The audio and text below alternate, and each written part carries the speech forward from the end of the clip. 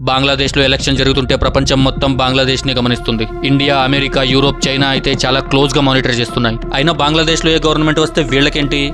అసలు మ్యాటర్ ఏంటంటే ఇండియాకి బంగ్లాదేశ్కి 4000+ కిలోమీటర్స్ బార్డర్ ఉంది. సో అక్కడ స్టేబుల్ గవర్నమెంట్ వస్తే మన ఇండియాకి బార్డర్ సెక్యూరిటీ స్ట్రాంగ్ గా ఉంటుంది. అదే అన్స్టేబుల్ గవర్నమెంట్ వస్తే ఇల్లీగల్ మైగ్రేషన్స్, స్మగ్లింగ్ ఇవన్నీ పెరిగిపోతాయి. అందుకే ఇండియా సైలెంట్ గా మానిటర్ చేస్తుంది. అండ్ యూరోప్ వాళ్ళు బంగ్లాదేశ్ గార్మెంట్ ఇండస్ట్రీలో చాలా హెవీగా ఇన్వెస్ట్ చేశారు. సో ఎలక్షన్స్ సరిగ్గా జరగకపోయినా, అక్కడ వచ్చే గవర్నమెంట్ వీళ్ళకి అనుకూలంగా లేకపోయినా బిజినెస్ కి ఇబ్బంది అవుతుంది. సో యూరోప్ వాళ్ళు కూడా చాలా డీప్ గా మానిటర్ చేస్తున్నారు. మ్యాప్ పరంగా బంగ్లాదేశ్ బే ఆఫ్ బెంగాల్ లో స్ట్రాటజిక్ పొజిషన్ లో ఉంది. ఒకవేళ అక్కడ యుఎస్ కి అనుకూలంగా ఉన్న గవర్నమెంట్ వస్తే యుఎస్ వాళ్ళకి మిలిటరీ యాక్సెస్ అడ్వాంటేజ్ ఉంటుంది. చైనాకి అగేనిస్ట్ గా స్ట్రాటజిక్ పొజిషన్ దొరుకుతుంది. చైనా ఆల్రెడీ బంగ్లాదేశ్ లో పోర్ట్స్ అండ్ ఇన్ఫ్రాస్ట్రక్చర్ మీద ఇన్వెస్ట్ చేసింది. ఒకవేళ అక్కడ గవర్నమెంట్ చైనాకి అనుకూలంగా వస్తే ఇండియా పక్కన బే ఆఫ్ బెంగాల్ చైనా కంట్రోల్లో వస్తుంది. చైనా బలపడుతుంది. సో అందుకే బంగ్లాదేశ్ లో వచ్చే గవర్నమెంట్ తమకి అనుకూలంగా రావాలి అని అన్ని కంట్రీస్ ఎదురు చూస్తున్నాయి. బట్ అక్కడ విన్ అయింది మాత్రం BNP party, Bangladesh Nationalist party.